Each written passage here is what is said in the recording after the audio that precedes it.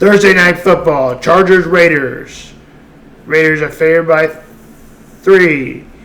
It'll be Adrian Cornell at the quarterback position, and Easton Stick will get his first start of his NFL career. I would have put Matt Crosby to watch out for, but as it is, he's injured. Watch out for Robert Spillane. Spillane leads the team in tackles and tackles for loss. Had 6 total and lowest scoring game of the 2023 campaign. It was his 3rd straight game that he registered double-digit tackles.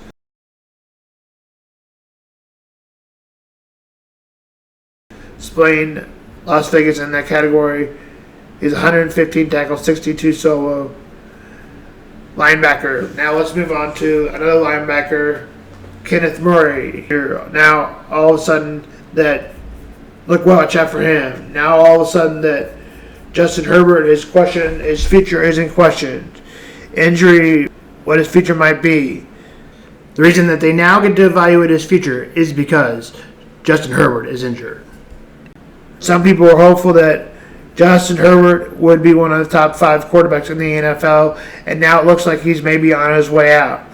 Phillip Rivers and Drew Brees are 2 of the quarterbacks that had great stats, but never were able to get done in winning in Chargers or expectations. As we said, head coach Brandon Staley is out. My opinion is to stick with Justin Herbert for at least 2 more years. Now you want to start all over again and go the college route, and you might not even get the right quarterback. At 10, Jalen Daniels is to go. The Chargers are 12th right now. They'd have to move up 2 spots. And yes, that's possible. But let's just say if it doesn't happen, I say stick with Justin Herbert. If you get the right guy, maybe you trade him. I don't know. But here's ESPN with more. This is Sam Vaughn for Sam's. But here's the news of the day. You hate to see this. Chargers quarterback Justin Herbert out for the season now, undergoing season-ending surgery today on his fractured right index finger, the injury he suffered on Sunday. Our NFL insider Dan Graziano is here with us. Graz, what else do we need to know about the situation with Herbert? Yeah, they placed him on injured reserve, which is a minimum of 4 games missed, and there's only 4 games left in the season, so Justin Herbert out for the season, as you said, Laura.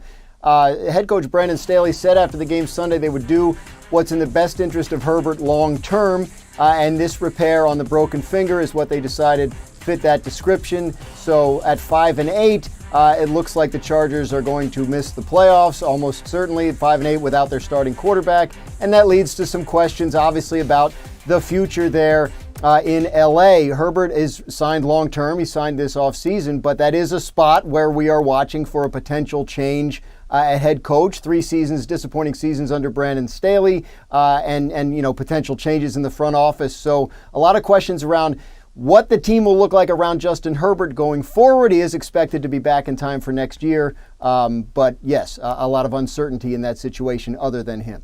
All right, Graz, you're with us all show long, so more from you to come. Despite the Chargers' 5-8 record, Herbert ranks 5th in the NFL in total QBR. With his season now over, it means that he's had a QBR over at least 60 in all 4 of his NFL seasons. The only other quarterbacks who are on pace to do that are Patrick Mahomes, Josh Allen, and Dak Prescott. It does tell you just the company that Herbert's in when it comes to talent and the type of quarterback that he is. Dan, considering all that, what does this mean for the Chargers organization? Well, it's a results-based business. This feels like the beginning of the end. You heard Graz talk about they're 5-8 right now, 4 games left. It was a long shot to get in with them. And with the situation now with Justin, like the timing of this becomes very fascinating if they move on from Brandon Staley. This is not like when Miami fired their coach when Tua was younger, Jared Goff with Sean McVay. They don't have to hire an offensive-minded coach strictly to rebuild their young quarterback. Justin's balled for 4 years, yet they haven't won. So this isn't because, hey, we've got this young quarterback and we got to hire the right guy for him. So I just think the timing of the likely move for the Chargers and who they hire is as fascinating as does it have to be the offensive or defensive-minded guy? Yeah. And in some ways, it seems like such a desirable job, obviously one of the better young quarterbacks in football. But in other ways, when I look at this roster, I see a lot of flaws. And you start to feel like it wasn't just coaching or whatnot that has led to the lack of success in recent years. The draft classes outside of Thule this season, a couple of the offensive linemen have not been fantastic. It's a very top-heavy roster.